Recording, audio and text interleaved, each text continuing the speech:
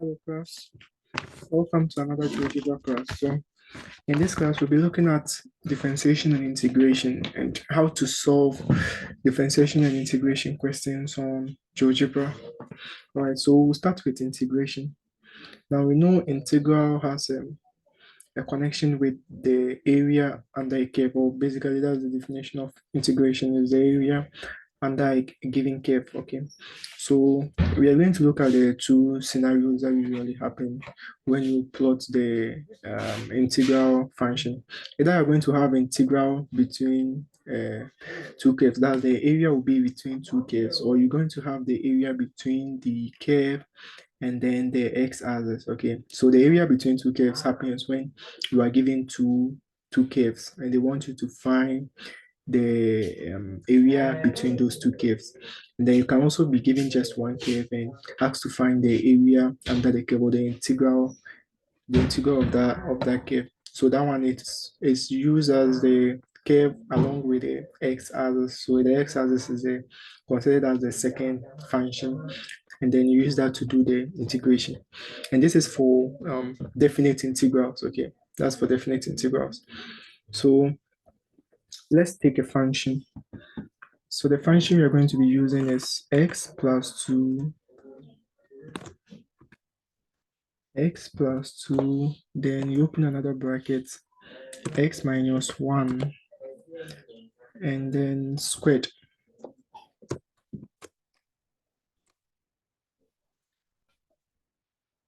Okay, then we can shift it a bit. Oh, okay. Minus 1, the squared is outside, so all squared. Okay, then let's see the intercept.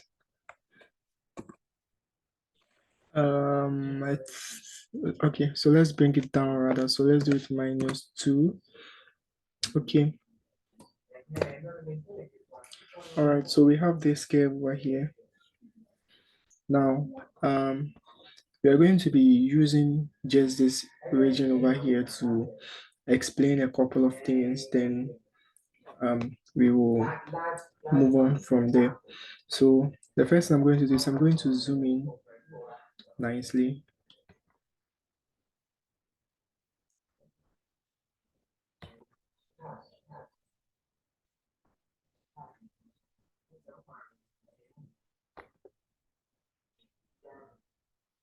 Okay, I think this is okay. Now, there are certain things called upper sum, lower sum, and then the trapezoidal rule. And I'm sure you've probably heard of a couple of them. So these are all ways of finding the area under a curve. So here we have this curve here, and then when you consider this curve and then this x-axis, you can talk of the area here and then the area here. Okay, so we can use integration to find the area here and also the area here. All right, so we are going to start with the actual integration function in GeoGebra. So there is an integration function in GeoGebra. To access that, you can just enter integral, then you get all these functions here. Okay, now this is a definite integral. Okay, so we'll have limits of that. We'll have limits of the integration. So before we even start using the integration, let's define the limits of the integration. So the limits of the integration, we are just going to put a point on the x-axis. So we use points on objects and then x-axis. So we are just putting points on the x-axis. So this is 1. Then let's do again because the limit has to be 2. The upper limit and the lower limit. So another point on object, and that object is the x-axis. Because we are working with definite integral here. So now we have these 2 points here. So they've all been placed over here. So let's move 1 to the other side here. Okay. Okay, now the position of the point doesn't matter because as you can see, these points move along the x-axis. And we are going to use that to see everything much clearly. So the next thing we want to do now is to look at the actual integral function in GeoGebra. Now, when you type integral, when you start typing integral, you get a lot of options. So here, the first one says integral of a function, which just integrates the function for you, and that's for indefinite integral. Then we have integral function, variable, integral function, starts, end. All these are indefinite integral, except for those that have the start and the end. For the start and the end, that will be the limits of the integration. Now, the one we are actually interested in is the fourth one. So that one says function, then the start value, end value. So the function will be the curve. The first function will be the curve. The second function will be the x-axis, and then the start value will be b, and the end value will be a. Okay, so that's what you want to do. So let's use that. Let's use the fourth one. All right, so our function is f. So small f. And then the other function is x-axis. The start value is the x value of b. The end value is the x value of a. All right, now, there we go. So let's deepen it a bit so that you can see it clearly. Okay, so as you can see, GeoGebra has calculated this area for us. The area between the curve and then the x-axis. Okay, so that area is giving us 2.25. Okay, it's giving us 2.25 over here. All right, so now let's look at, so we can, let's unselect it. Then let's look at how the lower sum, upper sum, and the trapezoidal rule approximates that area that we just had. Okay, so let's use, let's start with the lower sum. So this one is inbuilt into GeoGebra. So that's it over there, and that's the only function that starts with lower. So we just click on it. So it takes a function, the start x value, the end x value. So you see it's only taking one function. And it's taking one function because it will use the second function as the x-axis. So it will always take just one function. Unless perhaps you want to use the y, your curve is such that you want to use the y-axis instead. Then you can work like that, okay? But for this one, the curve, the way it looks now, it will use the x-axis and the curve to get our value for us. So let's insert our function. The function is f. The f start is the x of the b, the x value of b. So it should be capital B. Then the end is the x value for a. X value for a. Now, number of rectangles, okay, it's what the lower sum and the upper sum is going to do is that it's going to draw rectangles in this area. Okay, the area here is going to draw rectangles here. Then calculate the area of all the rectangles and then add them all together as the area under this curve. So the difference between the lower sum and the upper sum is just the length of those rectangles, okay? So the number of rectangles, we are going to use n, and it is going to create a slider. You see, in algebra, we've not created any value for n. We've not assigned any value for n. So when we hit enter, it's going to say create sliders for n. Then we'll say yes, create a slider for n. So then what we are going to do is that we are going to object properties and edit the slider because we want it to have more values so that we can see as the number of triangles increases what exactly happens to the area. And then you realize that since we are talking about a number of triangles, okay, we cannot have 0 or negative. It wouldn't make sense because this is counting numbers. How many triangles are there? So it's counting. So it has to be from one going. Counting numbers starts from one going, okay? So in that case, our minimum is going to be 1. We won't bother ourselves much with the increment for now, unless it's not increasing, it's increasing too fast or too slow. But for now, let's just leave the increment. Okay, now it has created a slider. So at n equals 1, so okay, so let me edit this. Let me rename it so that we can see it clearly. So this is for the lower sum. Okay, so, and this is the integral. So let me just rename them so that we can then see them very clearly. So this is integral. Integral, that's we use the integral inbuilt integral function. This one we use the lower sum. Now currently n is equal to 1. The lower sum says 0. Now look at this.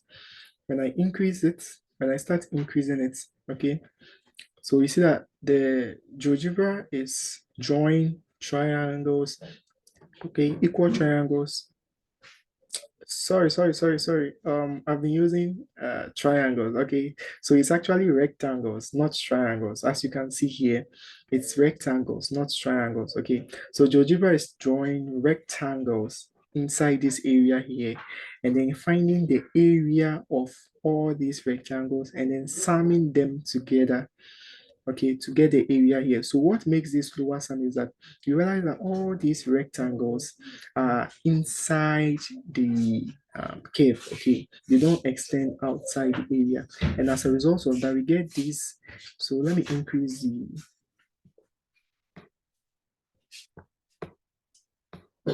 let me increase the thickness of, okay, so that you can see it well, and then maybe let me change the color as well. All right, so look at this. So you can see that there are some triangles here that are still shaded white, and those are what you can call errors. Okay, so the calculation of this area here is not accurate because of these no unattended parts. So you've not included these areas. Okay, we've not included them into the calculation. So whatever value we are going to get is not going to be accurate.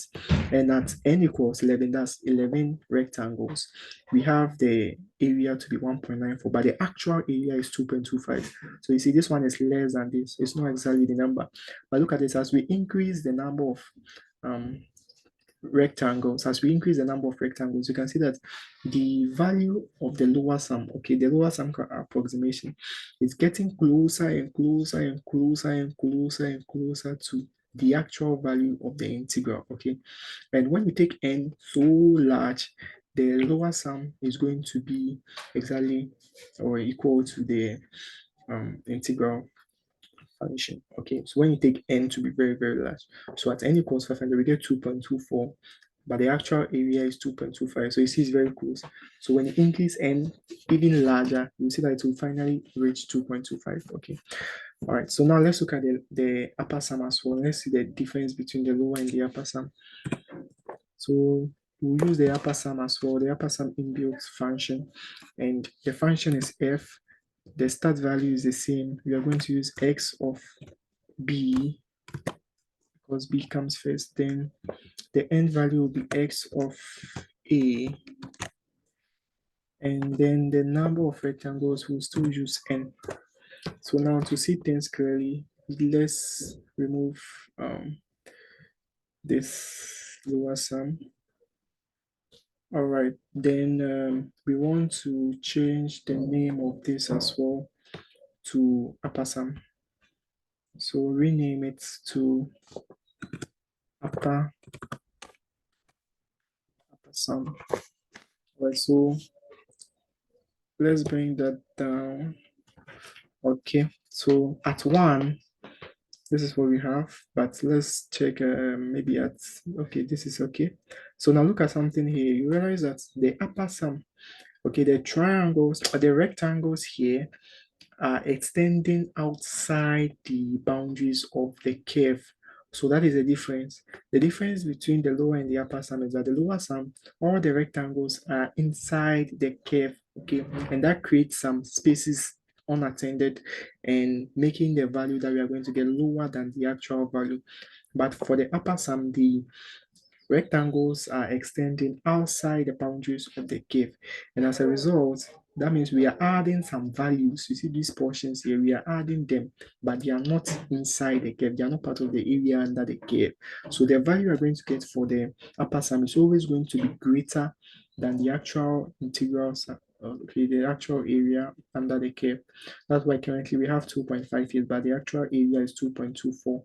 And for the lower sum, we have For the lower sum, we have 1.68, but the actual value is 2.25. So you can see the difference.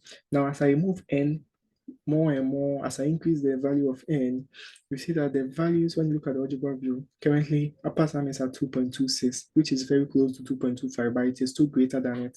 And then lower sum is at 2.24, and this is at 2.25, so it's lower than it. Then more and more and more, it will eventually get to a point where the values are going to be the same as n increases, as more and more of the um, this one of the rectangles are added. Okay, then there is the last one, which is the best approximation for the area under any curve. Okay, and that is called the trapezoidal rule. So it's also inbuilt into Geogebra, so you just have to click on it. The function is f, the start x value is x of b, then the end is x of a, just like we did for the previous one. Then the number of trapezoids is going to be n. Okay, now as you would probably guess, it's following the same pattern. So the only difference is here is in the name of, is in the name. So the name says what? Trapezoidal rule. So this time around, instead of rectangles, we are using trapeziums. Okay, so you can see trapezium, and currently there are 6 of them. So you see that with the trapezium, because of the slanted nature, the translated nature is like a translated rectangle. Okay, because of that nature of it, it makes it much easier, okay, to estimate it. It makes it much easier to do an estimation, because as you can see, the white portions of it is very, very small, even at n equals 6. This is a very small number, n equals 6. And when you look at here, we see that the difference between the actual integral and the lower sum is huge at this point. And the error between the integral and the upper sum is also very huge. But the error between the integral and the trapezoidal sum is not all that huge. So let's rename this trapezoidal sum, trap sum. Let's just do trap sum. Okay, so you see that the difference between the trap sum and the actual area is not that all that huge, even at n equals 6. So what that means is that when I start moving n, okay, within a small n, where the lower sum and the upper sum is still not accurate enough to the actual area, the trap sum is already equal to the actual integral, just at n equals maybe some 43. Okay, that means even if I go higher, it will still remain the same. So what we are actually saying here is that the trapezoidal sum is a better approximation of the area here than the lower sum and the upper sum. That's all we are saying, okay, based on this. So the trapezoidal sum is a better approximation than the lower and the upper sum. Okay, all right. So let me just edit it a bit. All right, that should do it. All right, so one last thing is that when you add the lower, sum to the upper sum, so I'm doing it as I'm saying it, okay?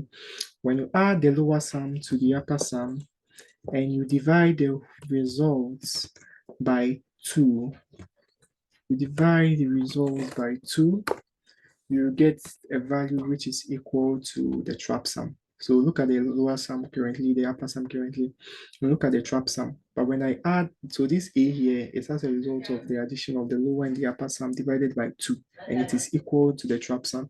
To see it more clearly, let me move n.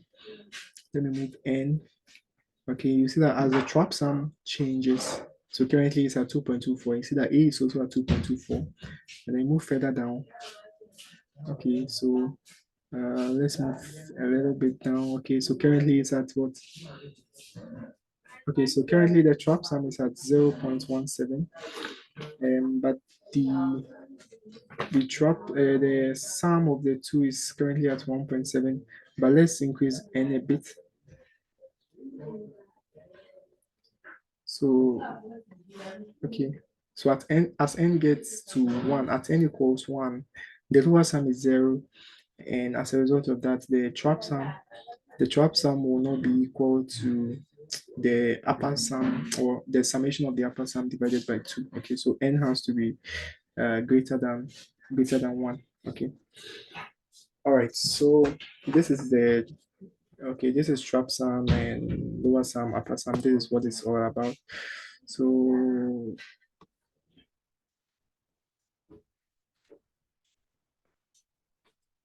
we have all this going on here. So I've turned on the animation for n, and then I've turned on all of this. So let me reduce the opacity of this so that we can see. Let's see if we can see through it. No, we can't. Okay. Okay. So we can't see through it.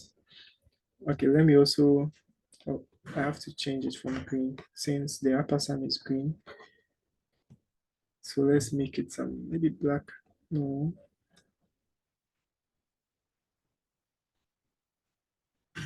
All right, so let me animate the B as well.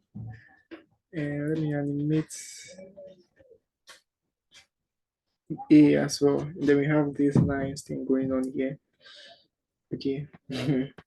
So this is just the B and the A are moving. So it will be calculating this side and that side, and then based on the location of A and B, you see the calculations of the area under the curve somewhere.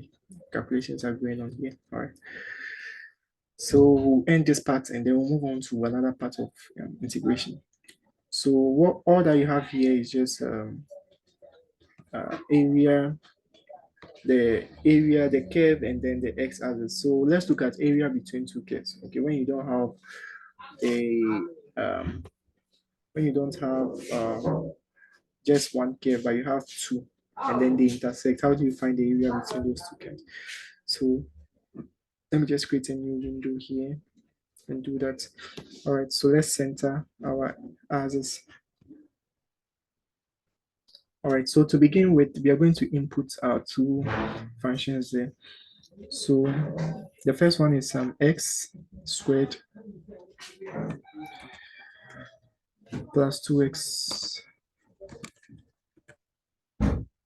Okay, so we can move it down a bit. So let's see minus 1.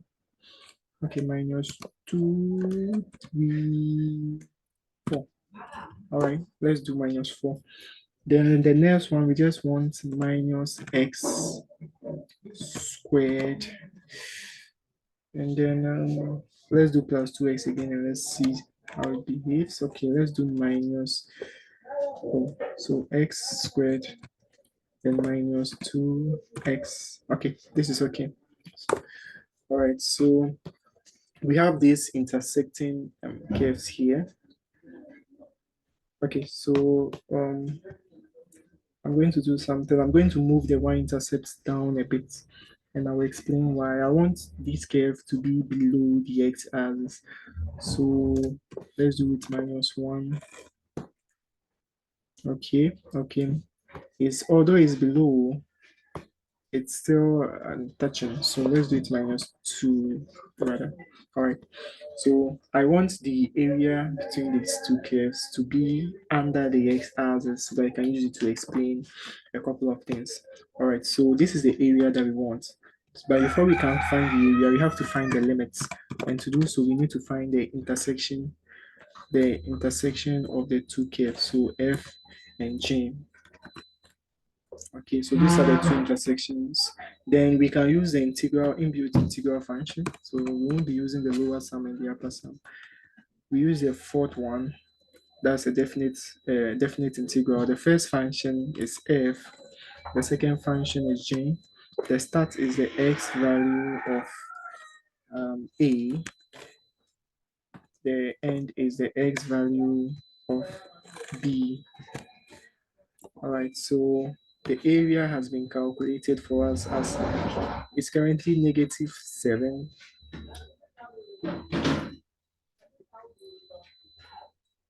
So the area is currently negative 7.54.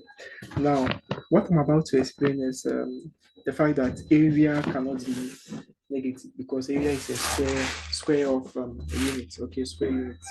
Because you're multiplying two things together, two lengths together. So the area cannot be negative. Okay, so you see here, the area we are calculating for is below the x-axis. Okay, so what I'm about to show you is that it doesn't matter where the area is located. Okay, what matters is which of the curves do you input first. So here you see when I put my cursor on A, it says that we did integral between, then we selected f first before g. We inputted f first before g. Now f here is the curve below the area that we want to find. F is below that area. And whenever the curve that you put first is below the area you're about to calculate, you're always going to get a negative number. Okay, so to get a positive number, all you have to do is to do the same thing. Okay. So option 4.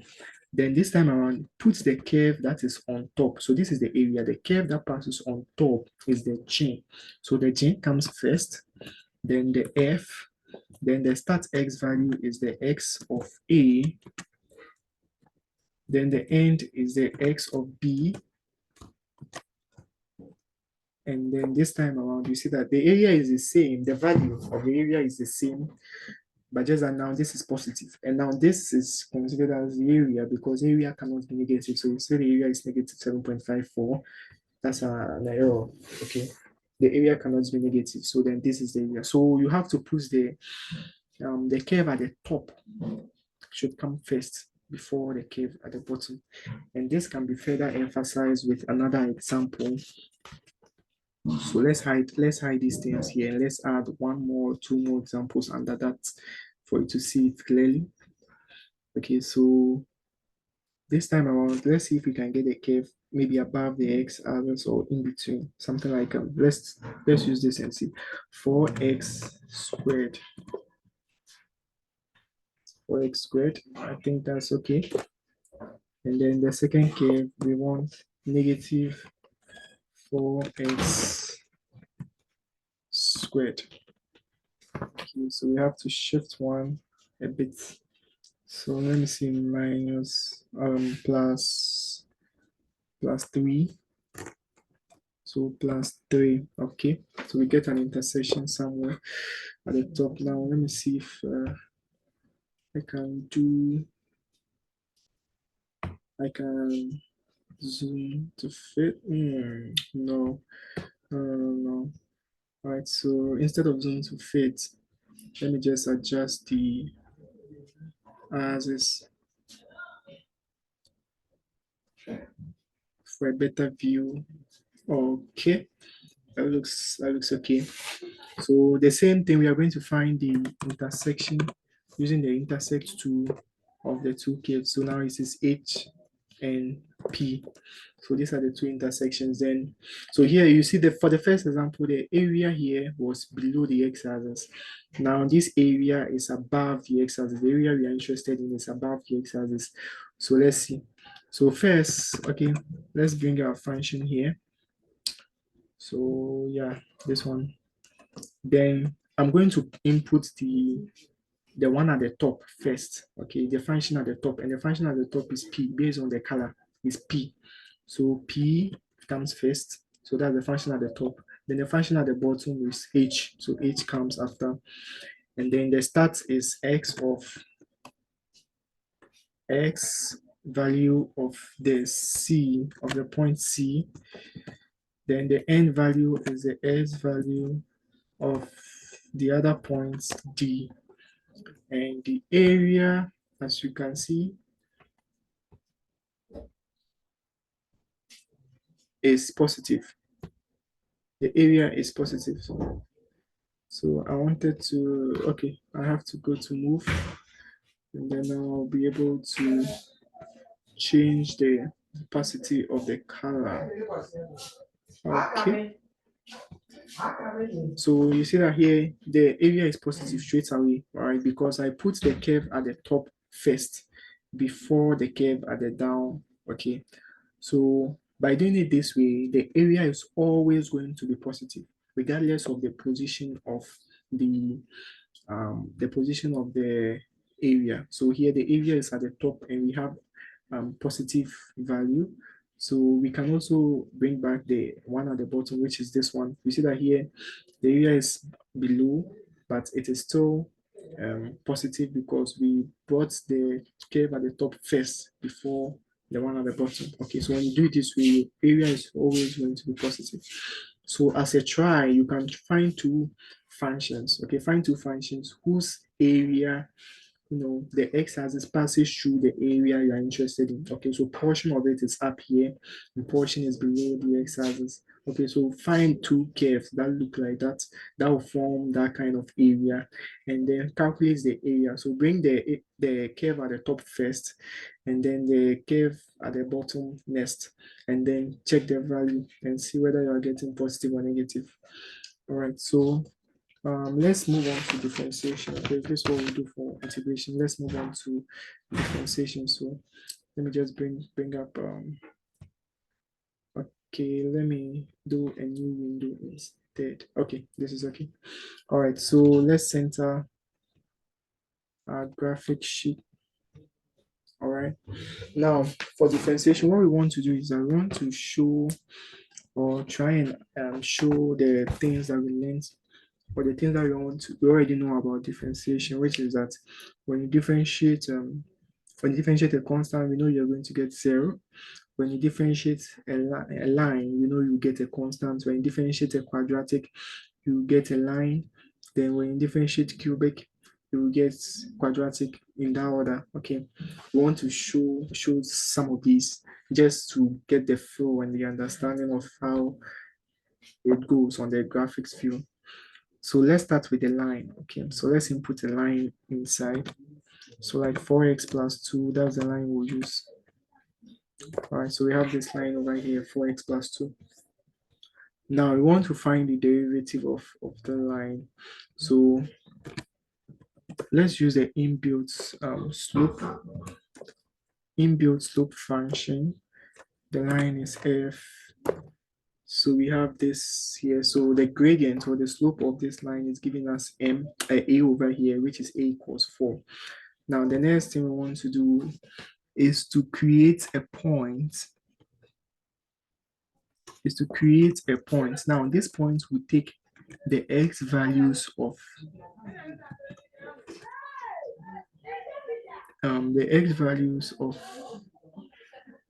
okay, so before we create the point, we have to, so let's just put a point on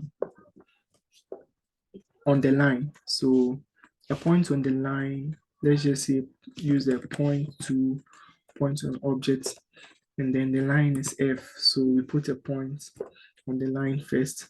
Then now we create a point such that the point takes the x values of a, and then the y value will be the gradients that we have right here. Okay, so this point is dependent on the point A.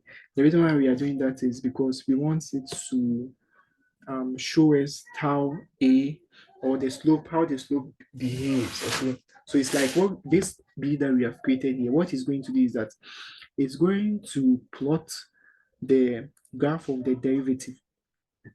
It's going to plot the graph of the derivative. So all the x values, since A is on the graph, x of a means that we are picking all the x values that are also on this function. Okay, then the gradient being the y-axis is plotting the graph of the gradient at every point, and then when we turn the trace on, you see how the graph looks like. Okay, so now that we are done, we can actually just turn the trace on, and then turn on the, okay, let's just move it first. So when I move A around, so as A goes up and down, you see that B moves in a straight line, which is horizontal. It moves horizontally, okay?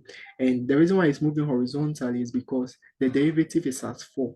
So this is 3, so 4 is here. So it is creating a straight line at 4.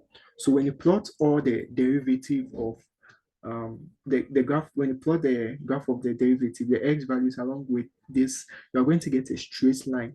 And that's why we say that the derivative of any line, okay, is a constant. Now, this horizontal straight line here is the graph of a constant function.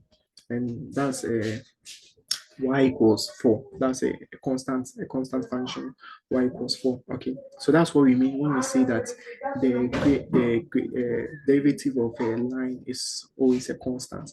So here, if I turn on the animation so that it will go on its own, we can actually see the full trace of b, and it is going to be a horizontal line at 4, because the derivative of the graph here, the derivative of the line that we inserted is 4.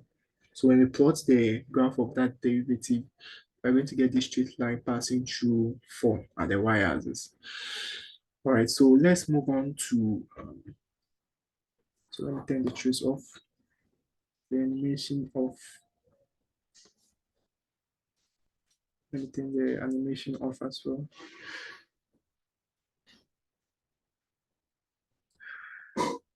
Okay, so to remove the grid, you can just remove and bring back the graph, the grid, and then the trace will be gone. Okay, so that is for line. Okay, so let's remove these things, and then let's see the quadratic as well.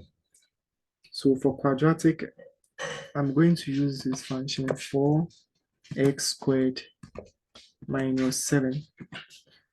Now 4x squared minus 7, we have this quadratic here. So the first thing I want to do is to put a point on this quadratic. So you can see the procedure. This is the same procedure we do for all of them. So we put a point on G. So the function is G.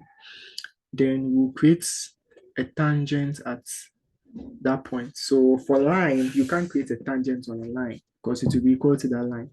So for curves, you have to first create a tangent on it. So using the tangent function, point and conic. So the point is the point we put on the curve, so C, and the conic is the function G. So the tangent has been created on it. That's this line over here, the black line over here.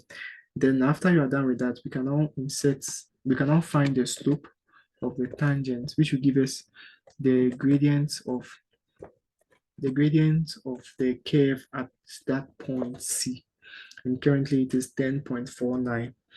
Okay, so when you move C, you could see that the gradient also changes because we are finding the gradient of the curve at that point C. Okay, then the next thing is to create a point, and that point will take the x values of C,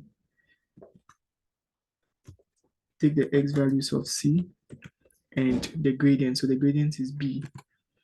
Then, so that point is probably located somewhere at the top. We can't see it now unless I do this. Okay, so that's the point over there. So that's D over here. Now, let me just hide the line, okay? And maybe hide this one as well. So because we are interested in how the movement of this will show some movement on that and see if we are going to get a line. So we are plotting the graph of the derivatives, the derivative at each point on this curve here, okay? So let me just turn the trace on. So trace on, and then for this one, animation on. And now, as A is moving along the curve, the plot of the derivative should be equal to a line. So as you can see, it's drawing a line. So this is the line here, from here all the way down here. Now, the good thing about Geogebra is that there is an inbuilt command called the derivative, okay? So there is a derivative. So when you start typing derivative, you see there. Now, if I find the derivative of the curve I just drew here, which is G, it draws a line passing through this trace that we had here. Okay, so what I'm trying to show you is that the value we got, so let me use something else. The value we got is actually correct. It's correct because you can see that the derivative of the function in this curve here is passing through, the graph of it is passing through the trace that was done here. Okay, now this shows that the derivative of any curve is going to be a straight line. Okay, the derivative of any curve at all is going to be a straight line. Then the last one that we'll do before we generalize it is the cubic function. So let me just hide these ones.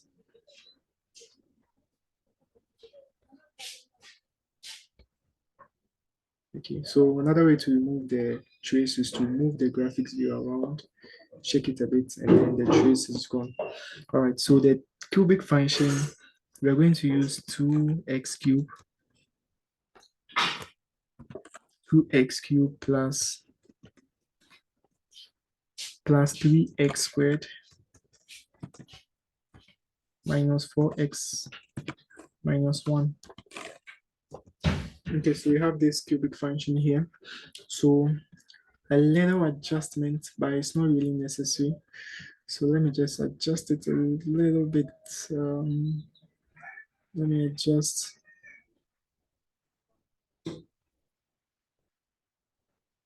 Okay, that should do it. And then the same thing we did for the quadratic, we do the same thing here.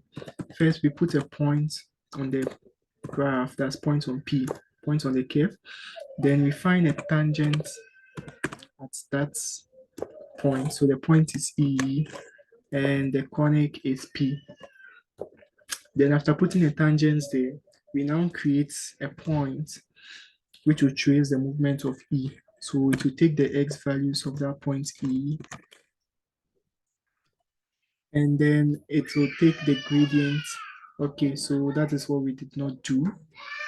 So let me just remove this. So first we have to find the slope first before we can put that point there. The slope of the tangent,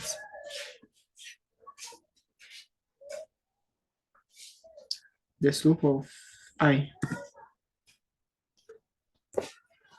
So it's -5. The current value is -5. So I don't know how this point got here. I'm doing that. So -5. Then we can now put the points there, which is the x value of the point E, then the slope, which is D. Doing that, we get this. So this is it, F here. So the same thing, let me just remove the line and the slope, turn the trace on, and then turn the animation on. And then you can see that the trace of the graph of the function, the derivative of the function is going to give us a quadratic. So you see it's quadratic, okay? And this is a U-shaped quadratic. All right, so this is what we mean when we say that the derivative of a line is a constant, the derivative of a quadratic is a line, the derivative of a cubic function is a quadratic function, and so on and so forth. So you always get 1 degree lower, a polynomial 1 degree lower than the initial function. That's what we mean. And when I pause the animation and use the derivative, inbuilt derivative to find the derivative of P, we see that it is lying exactly on the trace here. It is lying exactly on the trace, okay? It's lying on exactly on the trace. As I change the colors, you can see that indeed it is lying on the trace. So that's what you mean. Okay, so this is the differentiation. Now, for application of differentiation, you can realize that we can use, so let me remove the trace.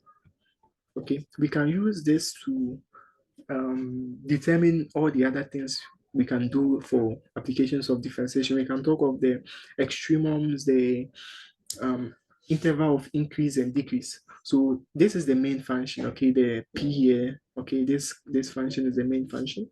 So if you want to find the extremum of that function, you can see that the extremum will occur um, at the roots of the function or the graph of the derivative. That's this one. The quadratic function here is the graph of the derivative. So to find the extremum of these cubic function, it will occur as the roots of the quadratic function. That's the graph of the derivative. So we can just find the roots. We can find the roots of the roots of the derivative function, which is p prime. So p prime, and then these are the roots. So the x values is what we're interested in. So it's currently at 0.46 and negative 1.46. Then when you see that when I find the extremum of the initial polynomial p, now you can see that j here has the same x value as h, and I has the same value as j. Okay, so when you draw a line, so exactly pass through these 2 points when you draw a line. So here you see that this extremum here is occurring at the root here, and then this extremum here, I, is occurring at the root here, j. And that is why when you want to find the extremum of any function, you first differentiate the function and equate the function to 0, and that will give you the critical point, what we call the critical point. Is that okay? Then there is also something called the area of increase or decrease. So that one you don't need the derivative function. You can almost see it here. So you see from here. So what you do with the derivative is to check if it is negative or positive. Okay, so from here you can see that on this interval all the way to here, the derivative here is so let's check the derivative. So the points, let me turn the animation so that I can get back my point. Okay, so this is the point E. Okay, so you see that currently the slope is positive. So when the slope is positive, it means that the function is increasing. So for all the x values here, okay, up to the critical point here, for all the x values there, okay, the gradient remains positive, all the x values here. So that's what we mean by the a function is increasing at that point.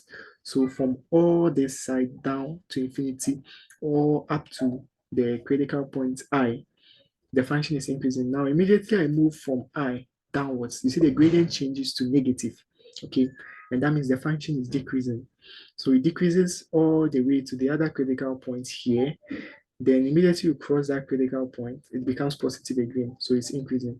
And remember we said that if you find the interval of increase, the number there that you have increasing, then it changes to decreasing. It means there is a critical point there. So here it increases here, then decreases. So there's a critical point here, then it decreases and increases. The sign changes. So there's a critical point again over here. Okay, so that's how you can find a critical point and the interval of increase and decrease. And those things too can be used to draw the curve. So if you know the interval of increase, decrease, and the critical point, you can also use it to draw this cubic function here without knowing the actual definition of the function. So this is all we're going to do today.